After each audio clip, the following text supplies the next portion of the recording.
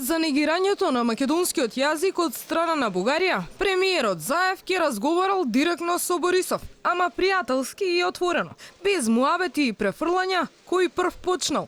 Средбата, појасни Заев, ќе се одржи на почетокот на 2020 година. Навистина сме пријателски земји и ваквите дисонантни тонови, кога што во 21 век зборуваме за идентитет кој што е впишан целосно во сите анали, во сите документи, во сите меѓународни организации. Јас го добив аплаузот и од бугарските пратеници кога зборував на македонскиот јазик во Европскиот парламент. Свесни се нашите пријатели од Бугарија. Веројатно ваквите реакции едните кажуваат ама тоа беше кажано од ваша страна, сега ние тоа враќаме. Нашите кажуваат ама вие први. Пријателите тоа не го прават.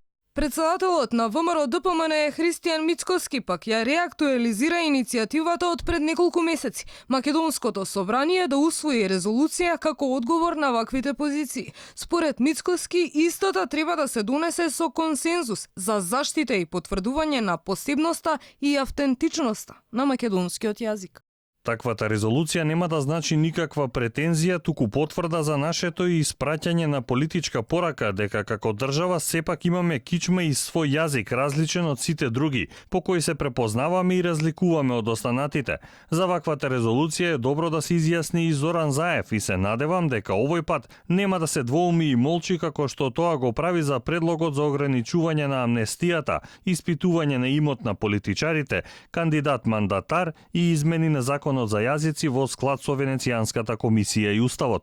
Провокацијата од Бугарија пристигна пред неколку дена, и тоа од највисоката научна институција, Бугарската академија на науките. Ставот на бугарските академици што следеше по повелбата за македонскиот јазик, која што собранието на МАНУ ја усвои на 3 декември, и дека македонскиот јазик не постои, туку бил писмено регионална норма на бугарскиот. Досега, освен Институтот за македонска литература, кој излезе со остра осуда кон бугарските академици, најжестока реакција пристигна од председателот на државата Стево Пендаровски. Според него, убедување дека македонскиот јазик и нација постојат е губење на време, како и дека никој нормален не би дебатирал за ова.